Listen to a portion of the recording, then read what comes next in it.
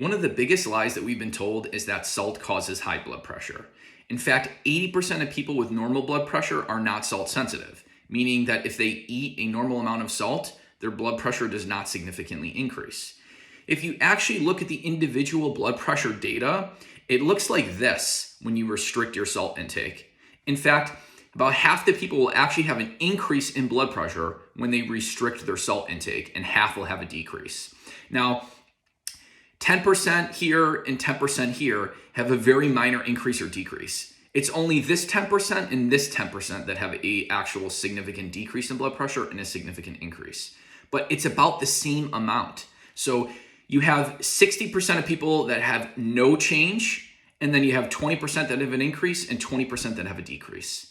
And really, this 20% here is very, very minimal. So it's really just 10% of people with normal blood pressure will actually have a significant increase in blood pressure, and 10% will have a decrease. But it's about the same percentage. So why are we giving blanket statements for everybody to restrict their salt intake? It makes absolutely no sense.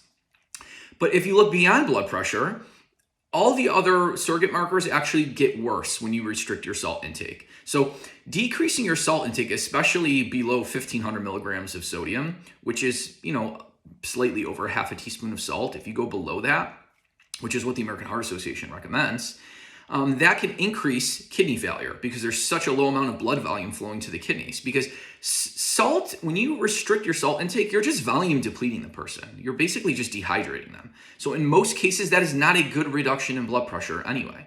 So we need to rethink even why we're recommending a lower amount of salt to lower someone's blood pressure if it is simply dehydrating them. So in other words, for most people, it's actually a harmful reduction in blood pressure.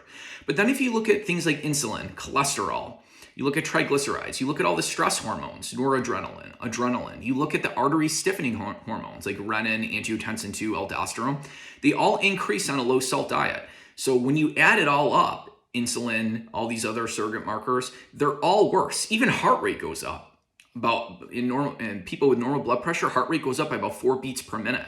So when you multiply heart rate by blood pressure and you look at what's called mean arterial pressure, it's actually higher when you restrict your salt intake, which is not a good thing. That is more stress on the heart.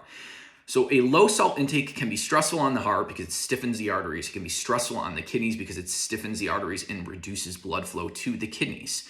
So in most instances, a normal amount of salt seems to be the best for people. It's associated with the lowest risk of death, the lowest risk of cardiovascular events. So that's about 1.5 to 2 teaspoons of salt per day. When you start going below 1 teaspoon of salt per day, and even actually below 3,000 milligrams of sodium per day, which is about 1 1/3 teaspoons of salt per day, all the stress hormones and all the harms that I just talked about, insulin going up, that increases. So most of the data shows that eating a simple normal amount of salt is optimal for health. So we need to take the low salt guidelines with a grain of salt.